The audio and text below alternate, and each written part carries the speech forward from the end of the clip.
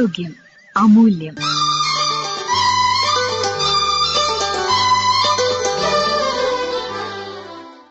അരിവാൾ രോഗം, sickle cell anaemia, ഈ വിഷയത്തെക്കുറിച്ച് സംസാരിക്കുന്നു മലബാർ മെഡിക്കൽ കോളേജിലെ കമ്മ്യൂണിറ്റി മെഡിസിൻ വിഭാഗം assistant professor doctor Soubin Sunny.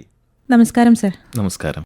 നമുക്കറിയാം, എല്ലാ വർഷവും ജൂൺ 19 എന്ന് പറയുന്നത് വേൾഡ് സിക്കിൾ സെൽ ഡേ ആണ്. അപ്പോൾ സാർ അതൊന്ന് വിശദീകരിക്കാമോ? എന്താണ് സിക്കിൾ സെൽ എന്ന് പറഞ്ഞിട്ടുള്ള അസുഖം? നമ്മൾ സിക്കിൾ സെൽ ഡിസീസ് അല്ലെങ്കിൽ സിക്കിൾ സെൽ അനീമിയ എന്ന് പറയുന്ന രോഗം, അത് അരിവാൾ രോഗം എന്നാണ് നമ്മൾ മലയാളത്തിൽ അറിയപ്പെടുന്നത്. അത് നമ്മുടെ ശരീരത്തിലെ ചുവന്ന രക്താണുക്കൾ രൂപം മാറി ഒരു അരിവാൾ രൂപത്തിലായി അതിന്റെ ഇലാസ്റ്റിസിറ്റി നഷ്ടപ്പെടുന്ന രോഗാവസ്ഥയ്ക്കാണ് അരിവാൾ രോഗം എന്ന് പറയുന്നത്. അപ്പം ഈ അസുഖം നമുക്ക് ആരിലൊക്കെയാണ് കാണാൻ പറ്റുക? ഈ അസുഖം കൂടുതലായും കാണപ്പെടുന്നത് വയനാട്ടിലും അതുപോലെ തന്നെ രാജ്യത്തെ മറ്റ് ആദിവാസി മേഖലകളിലും ആണ് കൂടുതലും കാണപ്പെടുന്നത്. ഇവ കൂടാതെ നമ്മുടെ ആഫ്രിക്കൻ രാജ്യങ്ങളിലും ഇത് കൂടുതലായി കാണപ്പെടുന്നുണ്ട്. ഇത് കൂടുതലും ഒരു ജനറ്റിക് ഡിസീസാണ്, ഒരു പകർച്ചവ്യാധി അല്ല. അപ്പം ഒരു ജനിതക വൈകല്യമായിട്ടാണ് ഈ രോഗം പകരുന്നത്.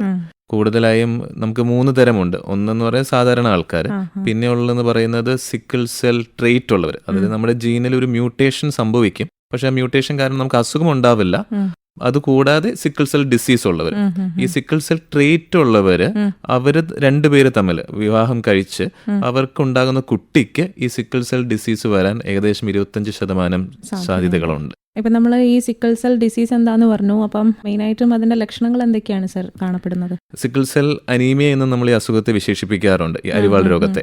അപ്പോൾ ഈ അനീമിയ മൂലമുണ്ടാകുന്ന, അതായത് രക്തക്കുറവ്, ഹീമോഗ്ലോബിന്റെ കുറവ് മൂലമുണ്ടാകുന്ന ലക്ഷണങ്ങൾ, അതായത് അമിതമായ ക്ഷീണം, നമ്മൾ നടക്കുമ്പോഴോ അല്ലെങ്കിൽ സ്റ്റെപ്പ് കയറുമ്പോഴോ ഉണ്ടാകുന്ന കിതപ്പ് തുടങ്ങിയ ശ്വാസകോശ രോഗങ്ങൾ, വളർച്ചക്കുറവ്, മഞ്ഞപ്പിത്തം തുടങ്ങിയവയാണ് സാധാരണമായ ലക്ഷണങ്ങൾ കാണുന്നത്.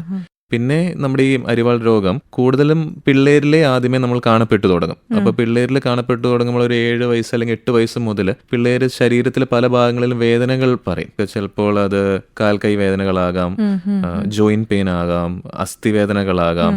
ഈ വേദനകളെല്ലാം സാധാരണ ഒരു എന്തെങ്കിലും ഇടി കിട്ടിയിട്ടൊരു ചതവ് വന്ന ഒരു വേദനയുണ്ടല്ലോ, ആ വേദനയോട് സിമിലർ ആയിട്ടുള്ള വേദനകളായിരിക്കും ഈ കുട്ടികൾ പറയുന്നത്. അതുകൂടാതെ തന്നെ ചിലരിൽ ഇത് പനിയായിട്ട് വരാം, പക്ഷാഘാതം, സ്ട്രോക്ക് ആയിട്ട് വരാം, ന്യൂമോണിയ, വൃക്കരോഗങ്ങൾ, കരരോഗങ്ങൾ എന്നിവയായും ഇത് പ്രത്യക്ഷപ്പെടാറുണ്ട്. നമ്മുടെ ഈ ഹീമോഗ്ലോബിനാണ് നമ്മുടെ ശരീരത്തിൽ പല ഭാഗങ്ങളിലേക്കും ഓക്സിജൻ എത്തിക്കുന്നത്. അപ്പോൾ ഓക്സിജൻ എത്തിയാലേ നമ്മുടെ അവയവങ്ങളെല്ലാം കൃത്യമായി പ്രവർത്തിക്കുകയുള്ളൂ.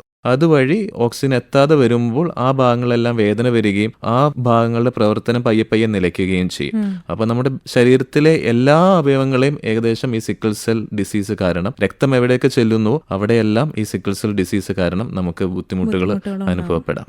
ഇപ്പം സാറിനോട് ചോദിക്കട്ടെ, ഇതിന്റെ ട്രീറ്റ്മെന്റ് എങ്ങനെയാണ് സർ? നമുക്ക് സിക്കിൾ സെൽ അനീമിയയ്ക്ക് അല്ലെങ്കിൽ സിക്കിൾ സെൽ ഡിസീസിന് പൂർണ്ണമായി നമുക്ക് ട്രീറ്റ് ചെയ്ത് ഭേദപ്പെടുത്താൻ പറ്റുന്ന ഒരു അസുഖമല്ല.